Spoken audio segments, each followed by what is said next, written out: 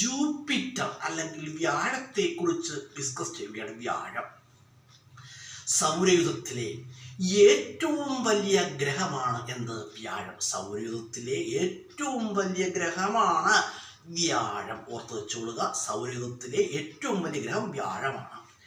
അതുപോലെ തന്നെ ഏറ്റവും വലിയ ബാഹ്യഗ്രഹവും ഏതു തന്നെയാണ്? വ്യാഴം തന്നെയാണ്. ഏറ്റവും വലിയ ബാഹ്യഗ്രഹവും ഏതു തന്നെയാണ്? വ്യാഴം തന്നെയാണ്. വ്യാഴത്തെക്കുറിച്ച് പറയുകയാണെങ്കിൽ വ്യാഴത്തിന്റെ പ്രത്യേകത എന്ന് പറയാം, ദേവഗുരു എന്നറിയപ്പെടുന്നത് വ്യാഴമാണ്. ദേവഗുരു എന്നറിയപ്പെടുന്നത് ആരെയാണ്? വ്യാഴത്തെയാണ്. അതുപോലെ തന്നെ ഏറ്റവും കൂടുതൽ പലായന പ്രവേഗമുള്ള ഗ്രഹം ഏതാണ്? വ്യാഴമാണ്. ഏറ്റവും കൂടുതൽ പലായന പ്രവേഗമുള്ള ഗ്രഹം ഏതാണ്? വ്യാഴമാണ്. അതുപോലെ തന്നെ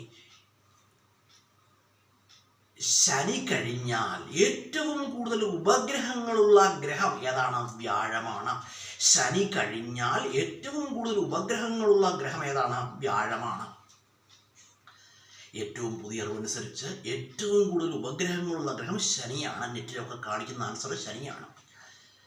അതുപോലെ ഉപഗ്രഹങ്ങളുടെ എണ്ണത്തിന്റെ കാര്യത്തിൽ 2ാം സ്ഥാനം അർഹിക്കുന്ന ഗ്രഹമാണ് വ്യാഴം. അതുപോലെ വ്യാഴത്തെക്കുറിച്ച് പറയുകയാണെങ്കിൽ വാതക ഭീമൻ എന്നറിയപ്പെടുന്നു വ്യാഴം. വാതക ഭീമൻ എന്നറിയപ്പെടുന്ന ആരെയാണ്? വ്യാഴത്തെയാണ്. അതുപോലെ തന്നെ സൗരയൂഥത്തിലെ ഏറ്റവും വലിയ ഉപഗ്രഹമായ ഗനീമേഡ് ആരുടെ ഉപഗ്രഹമാണ്? വ്യാഴത്തിൻ്റെ ഉപഗ്രഹമാണ്. ഗനീമേഡ് ആരുടെ ഉപഗ്രഹമാണെന്ന് ചോദിച്ചാൽ ആൻസർ എന്താണ്? വ്യാഴത്തിൻ്റെ ഉപഗ്രഹമാണ്. വ്യാഴത്തിൻ്റെ ഉപഗ്രഹമാണ് ഗനീമേഡ്.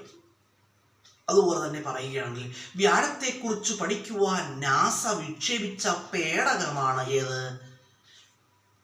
ജൂണോ. വ്യാഴത്തെക്കുറിച്ച് പഠിക്കുവാൻ നാസ വിക്ഷേപിച്ച പേടകം ആൻസർ എന്താണ്? ജൂണോ. നാസ എന്ന് പറഞ്ഞാൽ അമേരിക്കയുടെ ബഹിരാകാശ ഏജൻസിയാണ്. അമേരിക്കയുടെ ബഹിരാകാശ ഏജൻസിയാണ് നാസ. ഇന്ത്യയുടെ ബഹിരാകാശ ഏജൻസി ഏതാണ്? ISRO. അതൊക്കെ നമ്മൾ വിശദമായിട്ട് പറഞ്ഞിട്ടുണ്ട്. ഇന്ത്യയുടെ ബഹിരാകാശ ഏജൻസി ISROയും അതുപോലെ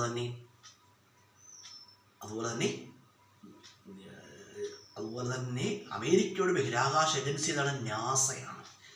അതുപോലെ 2006 പ്ലൂട്ടോയെ ഗ്രഹങ്ങളുടെ പട്ടികയിൽ നിന്നും ഒഴിവാക്കി. പ്ലൂട്ടോ ഇന്ന് ഏത് പേരിൽ അറിയപ്പെടുന്നു? പ്ലൂട്ടോ ഇന്ന് കുള്ളൻ ഗ്രഹം എന്ന് അറിയപ്പെടുന്നു. പ്ലൂട്ടോ കുള്ളൻ ഗ്രഹം എന്ന് അറിയപ്പെടുന്നു.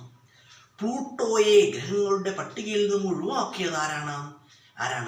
ഇന്റർനാഷണൽ ആസ്ട്രോണമിക് യൂണിയൻ ആണ്. ആരാണ്? ഇന്റർനാഷണൽ ആസ്ട്രോണമിക് യൂണിയൻ ആണ്. അതുപോലെ തന്നെ നമ്മൾ കുറച്ച് ക്വസ്റ്റ്യൻസ് പറഞ്ഞു. ഈ ക്വസ്റ്റ്യൻസ് എന്താണ്? വളരെ യൂസ്ഫുൾ ആയ ക്വസ്റ്റ്യൻസ് ആണ്. വീഡിയോ കാണുന്നവരൊക്കെ എന്ത് ചെയ്യുക? വീഡിയോ തുടർച്ചയായിട്ട് കാണുക.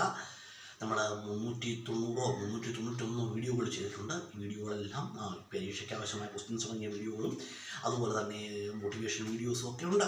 വീഡിയോ കാണുന്നവർ തുടർച്ചയായിട്ട് കാണുക കേട്ടോ.